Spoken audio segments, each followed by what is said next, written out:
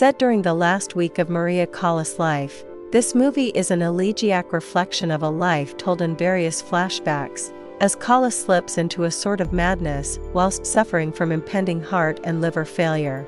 Most of Callas' interactions take place in an immaculate home where she is tended to by a butler and a housemaid. The movie feels shallow, thin, psychologically facile, and overly mannered. The movie fails to convince us of the iconography. It shoots past artful abstraction and lands in the realm of vagueness. What biographical information the movie does contain is clunkily delivered. This movie feels inert and interminable. The script introduces the main character's struggles, her wounds, weaknesses, and melancholy that insistently flatten the multiple dimensions that each visually stunning sequence opens up. The plot returns to a similar scene again and again, where Callas tries to sing and reclaim her voice, and while this setup promises a poignant realization, the movie prefers to shut it down without exploring the melodramatic potential to its fullest. Angelina Jolie tries her best, but she is constantly distracting as Callas, constantly having to lip-sync various bits of the singer's greatest moments as well as perform the mimicry of a lost voice. Jolie struggles and never quite convincing us that these huge notes and plaintive lilts are actually coming from her. Anguish, guilt, regret, and hurt pride are the underlying emotions suggested by many of the scenes. Unfortunately, none of these moments reflect such intentions. Whether that's a problem with Jolie's performance or the post-production sound matching process, the film suffers for it. These moments of Callas lost in song, or struggling through it, are the tentpoles of this movie, but they prove pretty wobbly.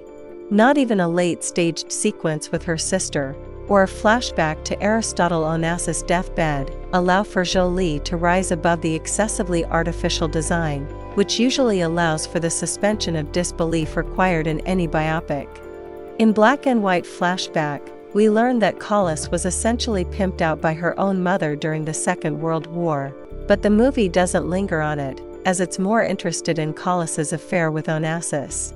The movie trusts we will feel the grand drama of this tortured romance, but such swells of emotion never arrive as it really feels undercooked.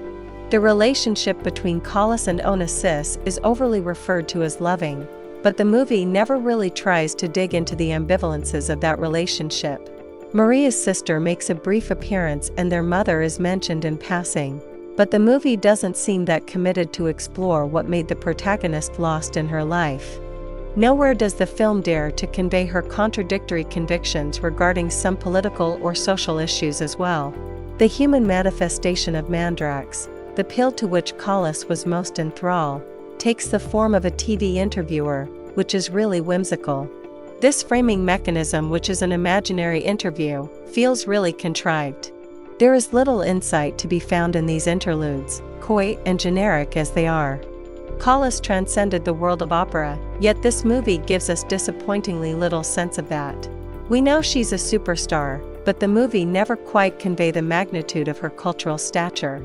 She is supposed to play a diva, but that larger-than-life aura doesn't come across.